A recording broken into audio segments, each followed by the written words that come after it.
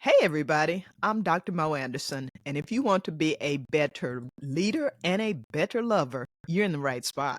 Pull up because this is Perpetual Motion, where we focus on personal growth, communication, and improving your relationships. My guest today is Bev Mitelman, the founder of Securely Loved. Securely Loved. Don't you just love that as a company name? Bev is a certified relationship and attachment trauma expert. Yes, we're going to tell you what that means. And we're discussing how childhood trauma, yours or your partner's, impacts us as adults. Welcome, Bev. Thank you so much. I'm thrilled to be here with you and your audience. We're happy to have you. Bev, you say childhood trauma and negative family dynamics lead to unhealthy attachment styles for adults. So much there. First, I want to know, is this something you experienced? And if so, how did it impact you? Yeah, such a beautiful question. Thank you. Unfortunately, yes, I did grow up in a home where, my physical needs were met, but my emotional needs were met sporadically or not at all. A home where I was very often punished. Emotions were not talked about. I was not allowed to freely express. I was quite afraid of my caregivers. So we'll get into this, to some extent, but there's a whole bunch of scenarios whereby a young child from the ages of 0 to 5 will experience a disruption in what they consider to be their emotional safety in that home. And what that does, what it did for me and what it does for all humans, because we all have an attachment style, is it creates an imprint, a pattern in our subconscious mind that tells us this is how we're supposed to give and receive love, Mm, right? And so it sets us up to not have a great deal of self esteem, not have a great deal in trusting our own judgments, our own emotions. And in a lot of cases, also being very distrustful of people around us. So this is quite problematic. And yes, I did experience this for a majority of my life until I found this beautiful work in attachment style and I was able to heal my attachment wounds. I had a series of, I would say, difficult relationships with family members, with colleagues, some issues in my romantic relationships as well. And physical ailments. I was sick a lot of the time. mm, I had a lot of headaches. I experienced anxiety all the time. And what we know now, right? Because I'm almost 50. So I lived these years, right? And research is always coming forth with new amazing things. What we know now is that there is such a distinct connection between, you know, the health of the mind and the health of the body. And so I know that all of that turmoil in my life was connected to the fact that I was not emotionally regulated. And I didn't even know what that meant. And I certainly didn't know that it had to do with my childhood. And so this work for me was life changing, life saving. And now I spend my time talking to others about it. yeah, yeah, and I love that how you triumphed over, a somewhat tragic childhood, and a lot of people can relate. Some are out there doing TikToks about it, but I think most people have internalized it. That happened a long time ago. I'm just gonna get over it, not realizing that. I mean, you just gave great examples of all the ways it impacts your life, and one of the reasons I do an educational lifestyle podcast is because I truly believe people confuse professional development and personal development as two different things. But if you are jacked up in your personal life within yourself, I have seen it, I have experienced it, I have caused it. That impacts your professional relationships, it impacts everything. So you got to clean that up, and then you can be better everywhere else, right? Yeah, it's an incredible point. And I love how you use the term jacked up. So, but it's a really great The term. So, layman's term, yeah. I mean, So, I use emotionally dysregulated, out of sorts, but our body has two modes, right? Yeah. So we have a sympathetic nervous system mode and parasympathetic nervous Right. system mode. And, and yeah, exactly. Fight or So flight. Yeah. fight or flight. And so when we are in this constant fight or flight, we're under chronic stress, Mhm. we don't feel well in our skin. We feel like the entire world is attacking us because we don't trust others. So we have this lens that is really not helping us, right? It might have helped us in childhood, but it's not helping us in adulthood. And when you are in this fight or flight mode, you can't, be your best, productive, creative, calm self. You Yeah, yeah. can't enjoy pleasure and Mm. joy. So it's so far reaching and impacts relationships in your sphere, but also the relationship you have to yourself. Yeah, yeah, and that's the most important one. So, fast forward to the present. Again, you turned your own situation around, you own it, and became an expert. I mean, you studied, you did the work, you've got an MA, and you are now devoting your career to helping others establish secure attachment. And we've talked about it, but for those who don't know, specifically, please tell me what attachment theory is and how do we differentiate between an insecure and a healthy, secure attachment style? So we have two broad categories where we talk about secure attachment and insecure attachment.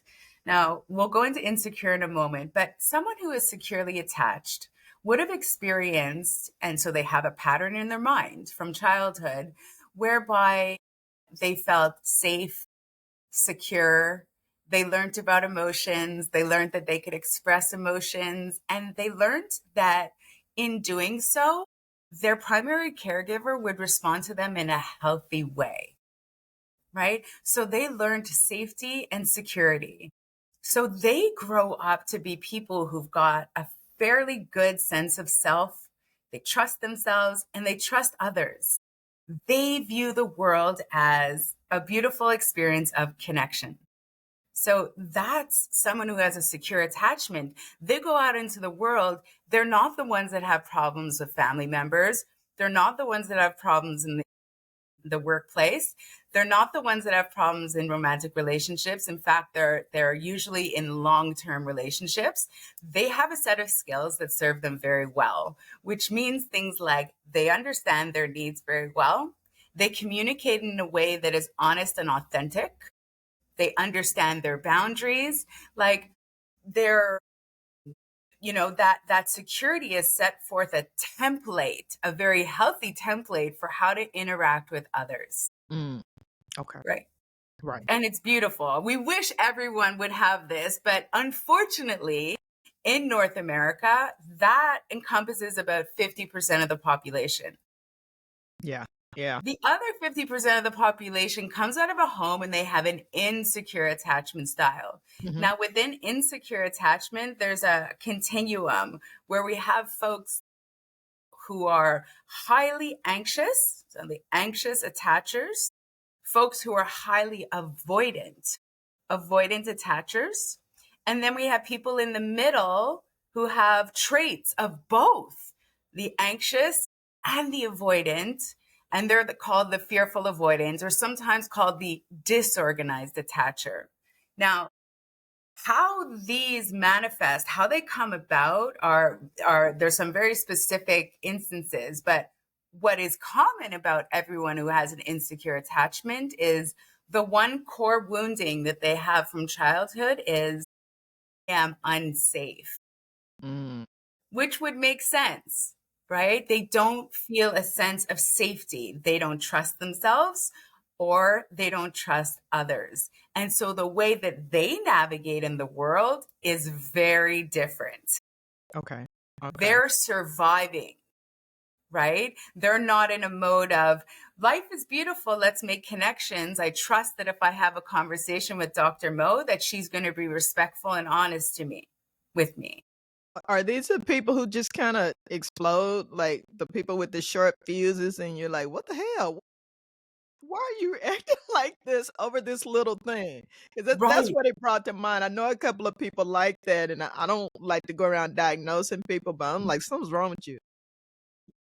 Yeah, so we don't diagnose attachment styles because everyone has one. It's not a Right, personality disorder, it's not a mental illness, but someone who has a very short fuse, especially over seemingly small things, there's a right. couple of things we can extrapolate from that.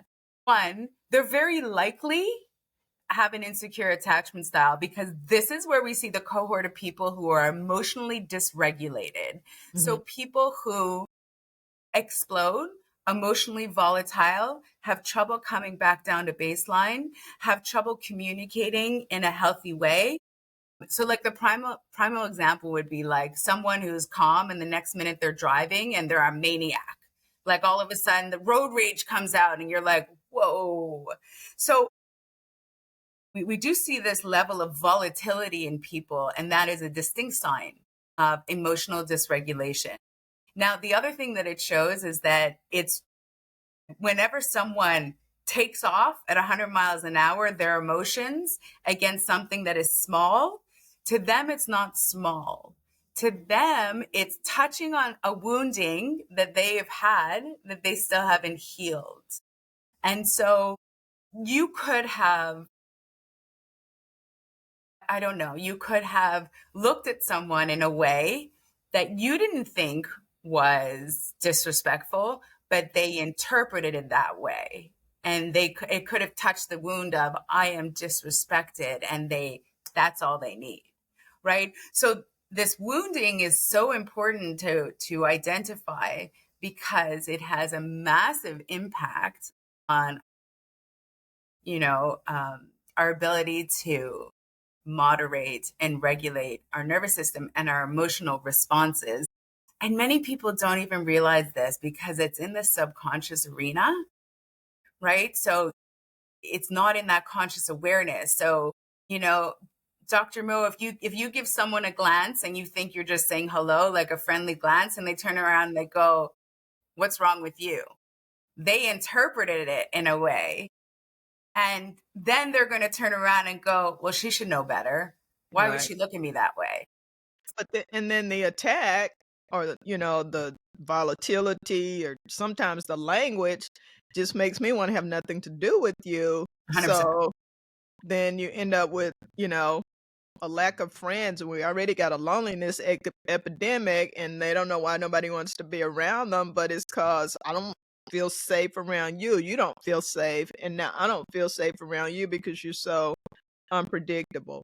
But and I know we went over the questions, and I told you Imma get off because you're fascinating, but it sounds like some of these things are similar to when people are just under stress, because a lot of people are overworked right now, they're not getting rest, and, got a lot of pressure on them, the bills, oh my goodness, inflation is crazy, so, I mean, you don't wanna cut somebody off or you know, hurt them back when they're actually just going through an acute type of thing. So how do I know, especially when it's kind of new people that I don't have a long-term relationship with, how do I know that this is not just you going through something, maybe you had a loss or something and you didn't tell me about, and that this attachment style thing is an inherent part of who you are because it hasn't been addressed, if that makes sense.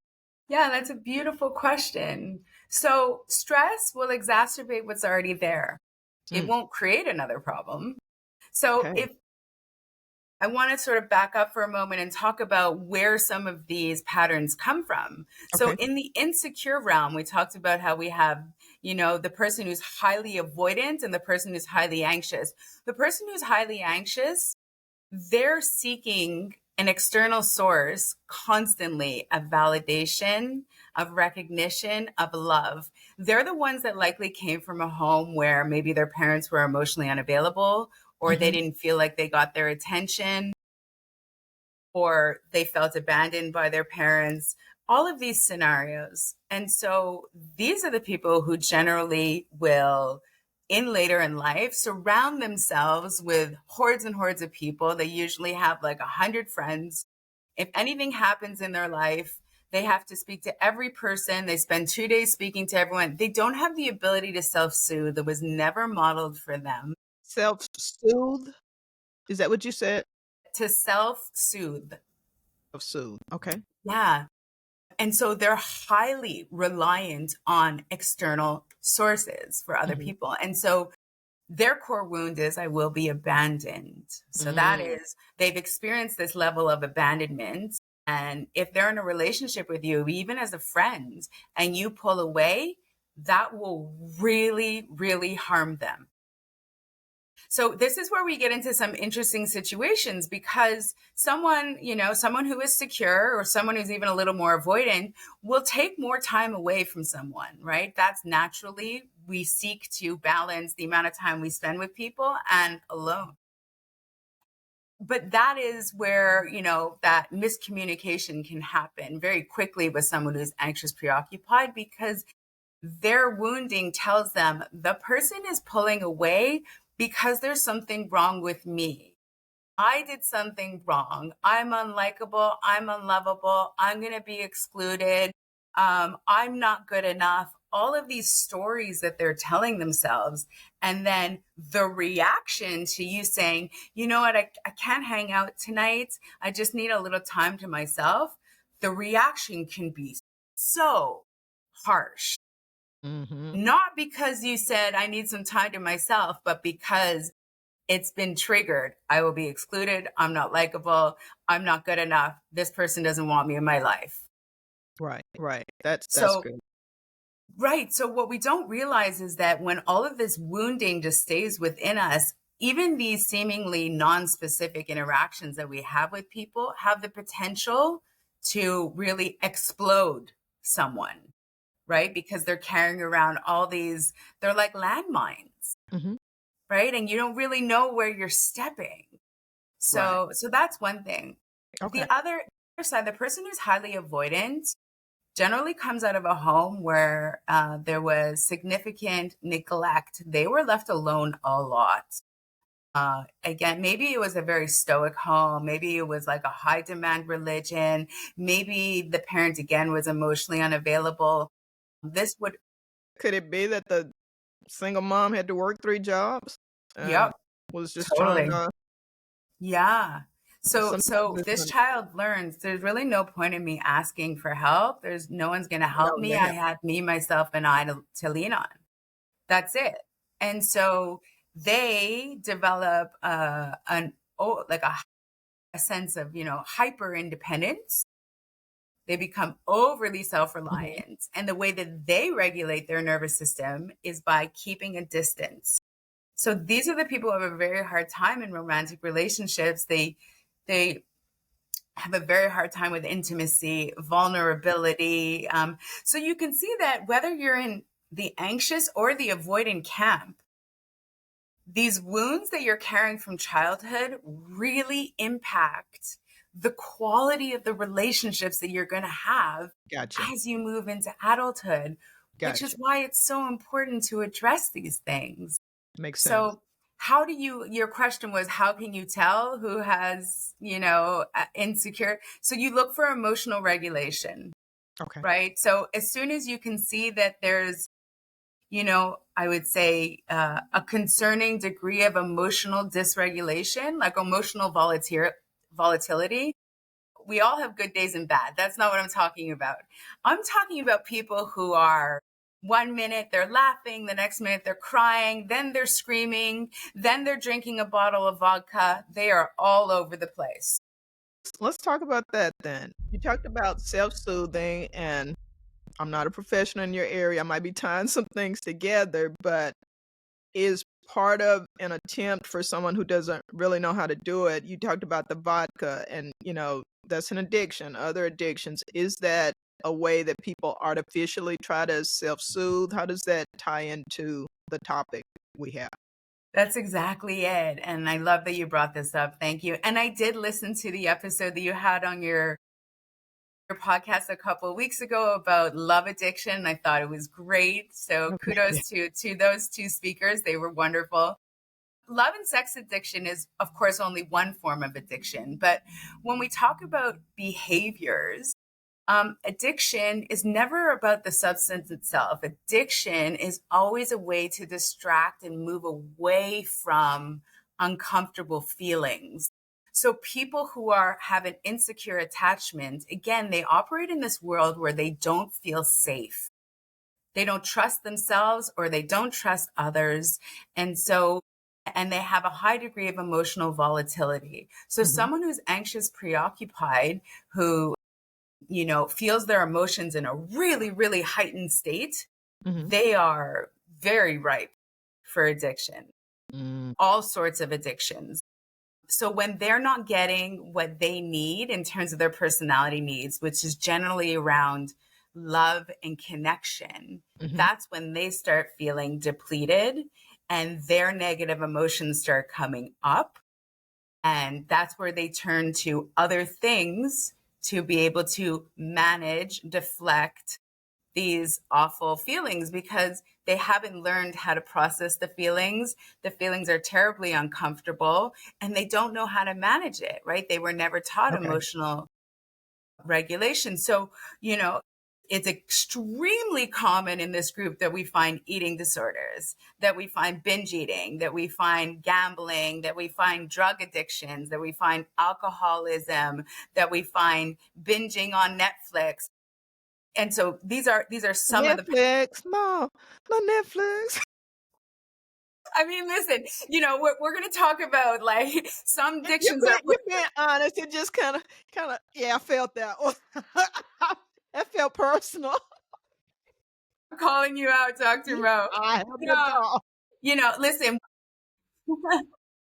we will identify an addiction as something that it's starting to have negative roots in your life. So if you take a Saturday, Sunday to unwind and watch a whole show, that's not an addiction. Yeah, but you know what? As you said it, I just my life flashed before my head.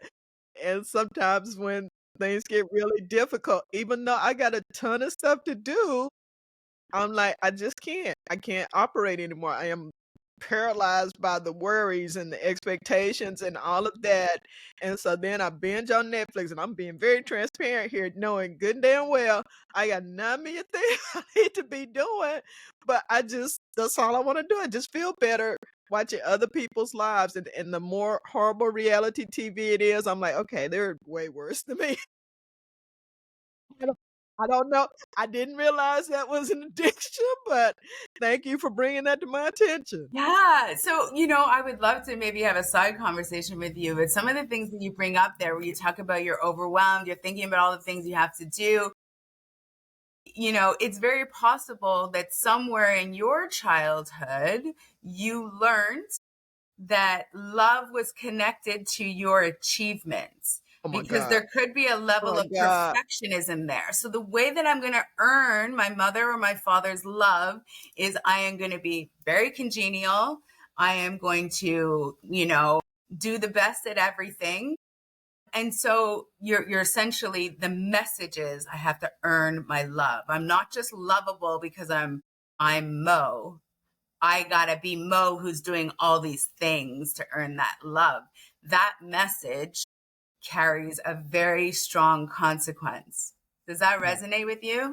Oh, absolutely, absolutely, and my previous 3 therapists, we've come a long way on it, but, yeah, it's just what I love about this is that, we can be so judgmental, and we definitely wanna jump on the people with their fentanyl and meth addiction and, "Oh, you drink too much and you sleep around with women," but I really like taking that mirror and, okay, that's fine what they're doing, but what about you? Where is there room for improvement and why do you have this behavior? So, seriously, even after you become aware, I have to talk myself down out of that a lot. Even with friends, if something happens and I'm like, what did I do? Are they upset with me? Blah, blah, blah. And then, later I Mhm. find out they were just busy. They were sick. They had whatever. I didn't do anything. So I'm aware and I can say to people who do know what it is that it doesn't just go away because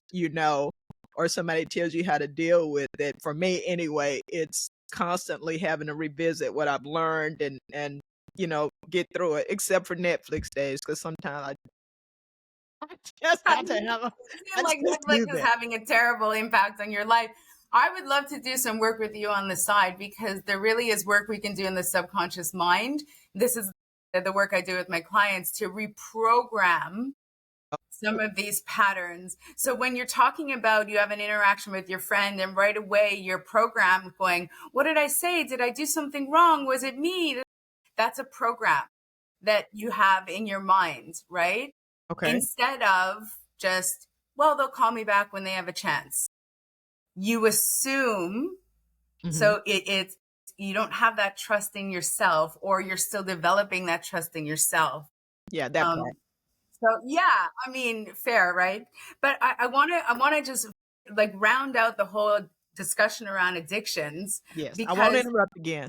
no, this is great. Please do. Okay. So the folks who are on the avoidance side, instead of trying to just manage the big emotions they're feeling, like those who are on the anxious side, they're just trying to repress their feelings. And so they tend to adopt a whole other series of behaviors, which does include addictions as well, a different kind of addictions, right? A whole other series of addictions. So these folks, again, they take a lot of time alone. They will often look at, creature comforts, which means like they may stay in bed for days at a time, just trying to regulate their nervous system. They're very, very ripe to addictions with porn, for example. Well, what is porn? Porn is the ultimate way to get sexually satisfied in a self reliant way. I'm not dependent on anyone else. So Like it's it's solo safer. It feels sex. safer. It's safe. I don't have to be vulnerable and interact with anyone. So people who are highly avoidant of others, porn is like an incredibly common addiction that we see. We see Okay. a lot of gambling. We see a lot of hard drugs. Now, what do hard drugs do? Like cocaine, you mentioned fentanyl. Mhm. Fentanyl scares the crap out of me. That You and me stuff both. is, and I not to go off on a tangent, but that stuff is just so deadly. It is. Yeah. So why do we see this? Because what do drugs do? Drugs really, for especially the harder drugs, they take you out of your emotions, right? They numb your body, they numb your mind, right? So if someone who is anxious might have a shopping addiction, but a shopping addiction for them, they get to go into a store, they see people, they chat, they buy, the transact, it makes them feel good because they're getting that connection and they're buying. So it's meeting a certain need. But someone who's avoidant and just wants to forget the world, Mhm. the harder drugs, that's what does it for them. And casual sex. Casual sex is really, really strong in this particular group. So either they're deciding to have solo sex and the big addictions around porn, or they're much more apt to have one night stands or a friends with benefits. Like, don't make any sort of arrangement with me whereby I'm now Commitment. emotionally connected to you because I don't want to be responsible for your emotions. It's enough I got to manage my own. I'm not going to be responsible for yours. And so it's so limiting in terms of being able to get to a point of really enjoying fulfilling authentic relationships, right? Because you have these patterns that are guiding you in these really, I guess, difficult directions. Wow. Wow. There's so much here. We coming up on our time. I mean, you I can see why you talk to people about this for an hour, hour and a half, and we're definitely gonna have you back. But I do want to get a couple of more questions in here around family as we're recording this. This is evergreen, but right now we're entering the holiday season, and I share with you that I really want to offer people something to help them navigate because not only are you dealing with yourself and your family, now we're going back to the place where it all began. So I'm wondering first within your home, for those with children.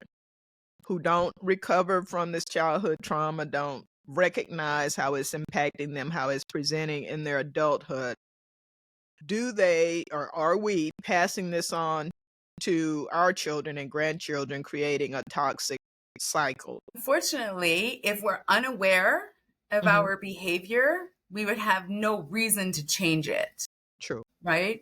Right. So, yes, we become, the expression, the apple doesn't fall far from the tree. It's Right. very accurate. We take the template and the pattern from our parents in terms of how we see the world, in terms of our template for how to give and receive love, how to regulate our emotions, or Mhm. maybe we never learned how to do that at all. So if we didn't learn in our family of origin how to regulate emotions, we're not equipped to teach that to our children. So you're going to be looking at a household where there's a lot of screaming, there's a lot of inconsistency, that there's not a lot of predictability, there's no stable frame.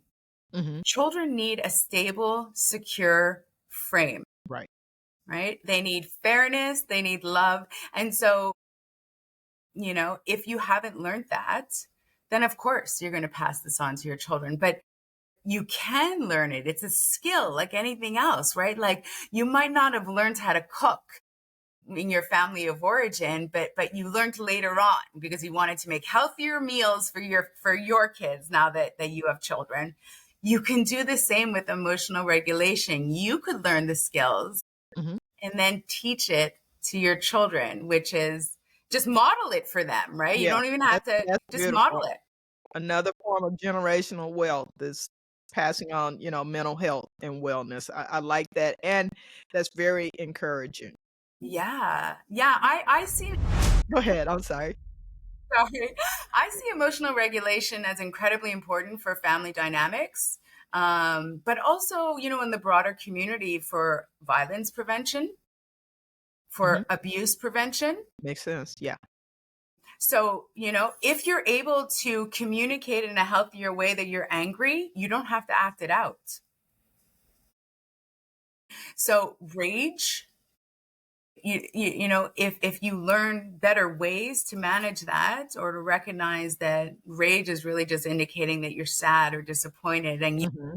you can say to your partner, it disappointed me when you didn't call me last night when you said you would, instead of rage. Like, all of a sudden you've got a toolkit. You don't need to go to that place of escalation. And the more you heal, by the way, the core wounds, you will see this. You'll experience it for yourself. I see it with my clients. You Yeah, will also no longer need all those substances, all those coping mechanisms that we talked about.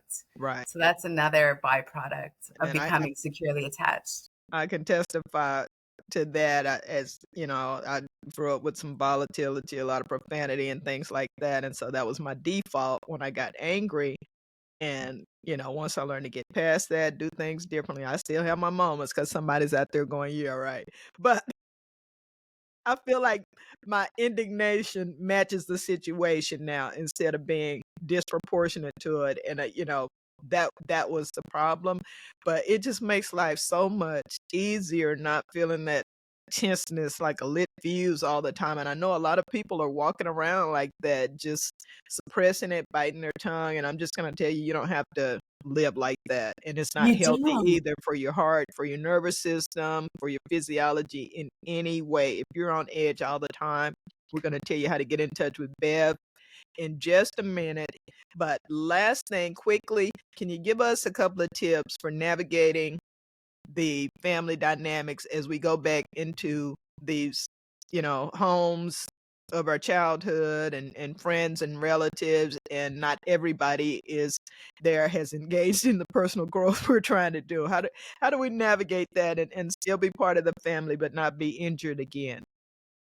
That's a beautiful question. So, two things I want to mention. One, keep in mind that when people talk, so all of our behaviors are generally to serve a need that we have.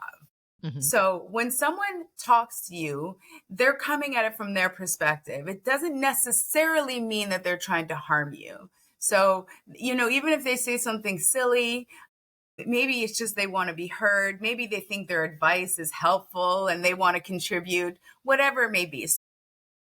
Learn to take things a little bit with a grain of salt.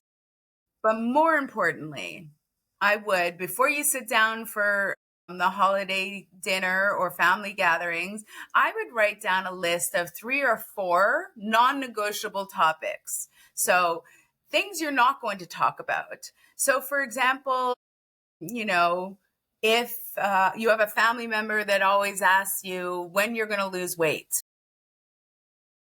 right? So, okay, on my list, I'm not going to talk about my weight. Maybe there's a family member who always wants to talk to you about, you know, making amends with your brother that you haven't spoken to in 2 years. Mhm. Okay, I don't want to talk about that. Okay, so be clear on your list and be clear as to your response. So, Mo, you and I are sitting at dinner and you go, Bev, I've noticed you put on a little bit of weight. I go, I don't want to engage.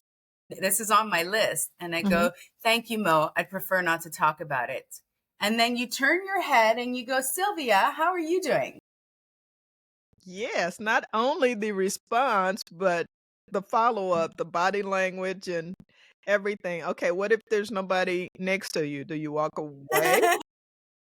We you, might yeah, not be at the dinner table, do we walk away or yes. So the reason I go, I turn my head because you're disengaging from a okay, conversation you there's a don't want to have. barrier.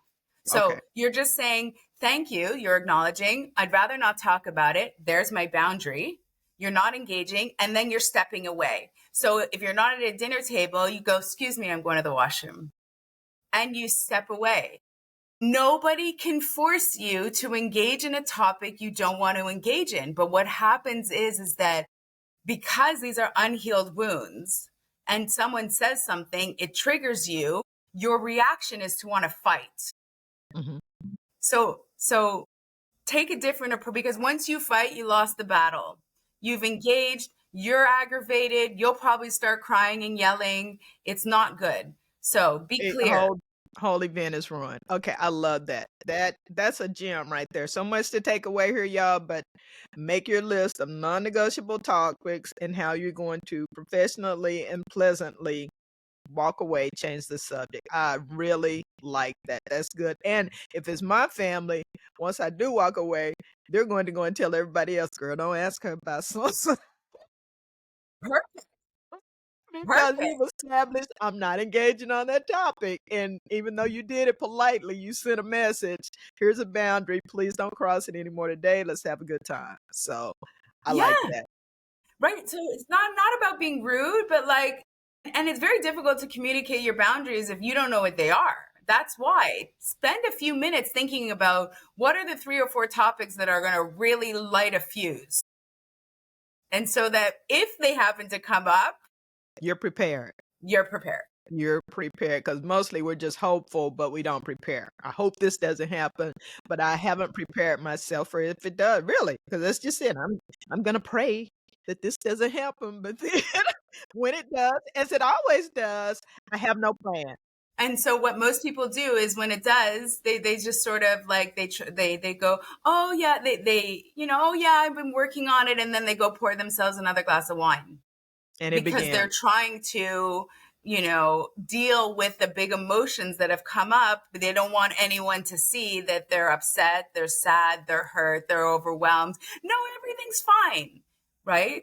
And they're quiet for the rest of the evening, so now it's just not right. Sweet. Before we go, tell us about Securely Loved. I know you're amazing at what you do. I've seen some of the testimonials. You work with a great team. Tell us a little bit about that and how folks can get in touch with you to learn more because I'm sure they're going to want to learn more and have some of those side sessions like the one I'm going to have with you. Thank you. So, we are a group of practitioners specifically in relationship and attachment trauma, right? So, we work with folks to help guide you towards secure attachment, to healing these wounds that we've talked about, and to teach you the skills that maybe you didn't learn in childhood, right? Like how to set boundaries and what are your needs and how to communicate in a way that it'll land well with the other person. So, my website is Securely Loved. We have a fun little 5-minute quiz that's right on the homepage. It's an attachment quiz. You answer a few questions and It'll tell you where you are on the attachment scale. We are also on Instagram and on TikTok, securely underscore loved. My adult children taught me TikTok. Me too. Now it's blue sky. I'm like, "Y'all, come on. It I, once I it was prefer TikTok. MySpace. Now I gotta be everywhere." You know, we try our best to keep up, and I do have a YouTube channel as well. So securely loved. Sweet, sweet, and that we will, drop your link to your website, and they can get to the other sites in the show notes and, connect with you in all of those areas. Thank you so much, Bev, and thank you, listeners, for your time and support of this Woman on Indie podcast. Remember to like, subscribe, and share for more like this. Until next time, be safe and be well. Thank you.